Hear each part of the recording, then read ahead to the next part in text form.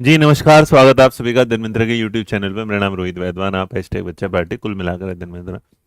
देखिए, इस वीडियो को बनाने का पर्पस कई तरीके से आपके लिए है और उसके पीछे का रीजन ये है कि पिछले कुछ दिनों से चर्चाओं में था सीटेट वर्सेस टेट, जिसमें हमने ऑलमोस्ट सारे स्टेट टेट को लेकर इस पर बात करना शुरू कर दिया था। तो एक जो चर्चा चल रही थी और जो केस चल रहा था सुप्रीम कोर्ट में, झारखंड वर्सेस सीटेट वाला, जेटेट वर्सेस, तो उसमें आज जो है ना वो फैसला सुरक्षित रख लिया गया। अभी तक क्या उस पर सुनवाई चल रही थी। तो अगर आप डायरी नंबर देखेंगे तो आज क्या होगा, रिजर्व हो गया मैटर। और जब मैटर रिजर्व हो जाता है तो कई बच्चे इस चीज़ को लेके मैसेज कर रहे हैं कि भाई अगर रिजर्व हुआ तो इसका फायदा नुकसान क्या होगा। देखिए, इस फायदे नुकसान को तो आपको अगले एक वीक के अंदर अंदर, क्योंकि जब भी कोई फैसला सुरक्षित रखा जाता है उस पर कुछ निर्णय लिया जाता है।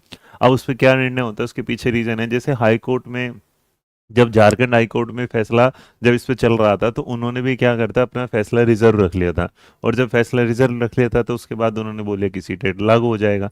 अब अगर सीटेट लागू, फिर उसके खिलाफ चले गए, तो अब इन्होंने सुरक्षित रख लिया या तो सीटेट लागू हो जाएगा। लेकिन अगर सीटेट लागू नहीं होता तो उसके बाद इसके बहुत सारे नुकसान हैं। जिस वीडियो को बनाने का मेन पर्पस मेरा यही है कि अगर सीटेट लागू नहीं होता, बाई चांस मान लेते हैं, तो उसके बाद नुकसान क्या हो जाएगा कि यही वाली केस के बारे में बात सुनवाई चली थी किस पर, कि बीपीएससी 3 में। तो वो लोग भी बोल रहे हैं कि यहाँ सीटेट लागू नहीं होना चाहिए।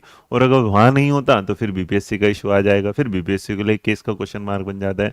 तो इस तरह ना ढेर ढेर सारी जो भर्तियां हैं वो फिर एक क्वेश्चन मार्क में चली जाती हैं। क्योंकि सीटेट अगर सेंट्रल टेट बनाया गया था तो उसे ऑल ओवर इंडिया लागू होना चाहिए, क्योंकि बहुत सारे स्टेट टेट कराते नहीं, बहुत सारे क्या है कराते हैं, लेकिन मान लेते हैं कि हाँ जी हम सीटेट को क्या कर देंगे, वैलिड। जैसे इसका एक केस पहले हुआ था कि हरियाणा में जो हुआ था, कि हरियाणा में पहले तो बोलते कि सीटेट ले लेंगे, लेकिन उसके बाद उन्होंने से क्या कर दिया था, मना कर दिया था। तो जब मना कर देते हैं तो आप एक उम्मीद छोड़ के फिर साइड बैठ जाते हैं। जैसे जो भी काम चलते हैं, जैसे एनआईए से पहले सबने वैलिड कर दिया था, फिर धीरे धीरे सबने क्या कर दिया, इनवैलिड कर दिया।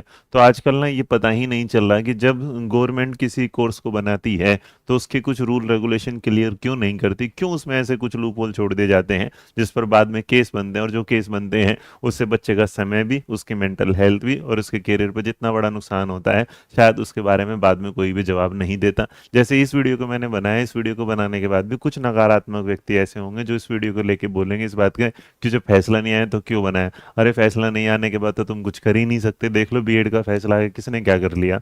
तो फैसले जब आ जाते हैं जब तक कुछ नहीं होता, लेकिन जब तक फैसले पेंडिंग है ना, उस पर एक आस होती है, उस पर एक उम्मीद होती है। अब वो उम्मीद आने वाले फैसले से क्या होगी, किसी की टूटेगी किसी की बढ़ेगी। ये तो होगा कि एक पक्ष जीतेगा एक पक्ष हारेगा, लेकिन याद रखिए कि इसमें जो हार होगी ना वो किसी सरकार की होगी ना किसी संस्था की, वो सिर्फ और सिर्फ हार होगी बच्चे की। क्योंकि बच्चे को नौकरी के लिए आगे बढ़ना है, किसी सरकार या किसी संस्था को नहीं। बाकी खुश रहिए, मुस्कुराते रहिए, ध्यान रखिएगा। जय हिंद, जय भारत, नमस्कार।